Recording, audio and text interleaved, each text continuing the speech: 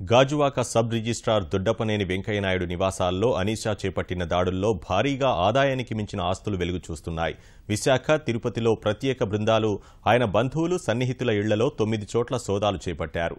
ఇప్పటివరకు 6 కోట్ల రూపాయలకు పైగా ఆస్తులు బయటపడ్డాయి. ఈ ఆస్తుల విలువ బహిరంగ మార్కెట్లో 50 కోట్లు ఉంటుందని అధికారులు అంచనా వేస్తున్నారు.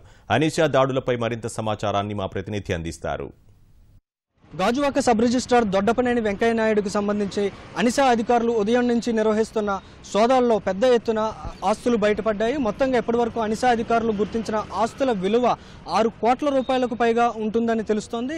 పెద్ద సంఖ్యలో స్థిరాస్తికి సంబంధించినటువంటి పెట్టుబడులు వెంకయ్యనాయుడు పెట్టారని ప్రస్తుతం ఉన్నటువంటి సమాచారం ప్రకారం తెలుస్తోంది. ఒక విశాఖ జిల్లాలోనే భారీ ఎత్తున ఇళ్ల స్థలాలను అనీషా అధికారులు గుర్తించారు. మనం మొత్తంగా చూసినట్లయితే వెంకయ్యనాయుడు మొదటి భార్య పేరు మీద 14 ఇళ్ల స్థలాలు ఉన్నాయి.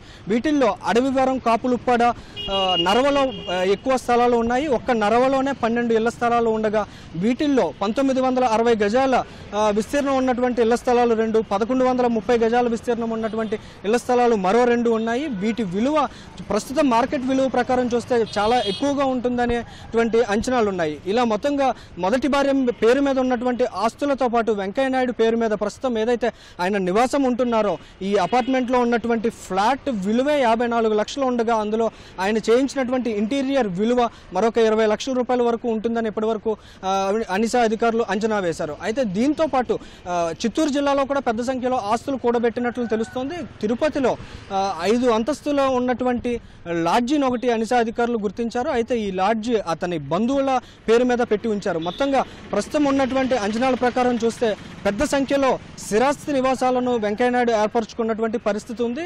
నరవలో 4 ఎకరాల కమర్షియల్ ల్యాండ్ను కూడా అధికారులు గుర్తించినటువంటి పరిస్థితి ఉంది. ఇలా మొత్తంగా చూస్తే స్థిరాస్తికి సంబంధించినటువంటి పెట్టుబడులతో పాటు భారీ ఎత్తున బంగారం, వెండి, నగదును కూడా అనీషా అధికారులు గుర్తించారు. మొత్తంగా బంగారం 1750 గ్రాముల బంగారం, 1350 గ్రాముల వెండితో పాటు గృహోపకరణాలు 20 లక్షల రూపాయలు విలువ చేసే వాటిని కూడా గుర్తించారు. దీంతో పాటు 6.42 మొత్తం 6.5 లక్షల రూపాయల నగదు, 5 లక్షల రూపాయల ప్రామిసరీ నోట్లు, 5 లక్షల రూపాయల బ్యాంక్ బ్యాలెన్స్.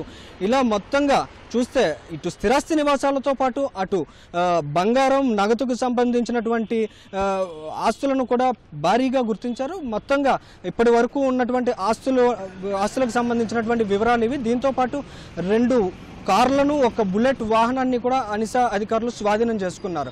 అయితే ఇంకా ఒక లాకర్ ఓపెన్ చేయాల్సి ఉందని, అది తెరిచిన తర్వాత ఆస్తుల విలువ మరింత పెరిగేటువంటి అవకాశం ఉందని అధికారులు భావిస్తున్నారు. ఇది ఇక్కడి తాజా పరిస్థితి. కెమెరామెన్ రహమాన్తో అనిల్, ఈటీవీ న్యూస్, విశాఖపట్నం.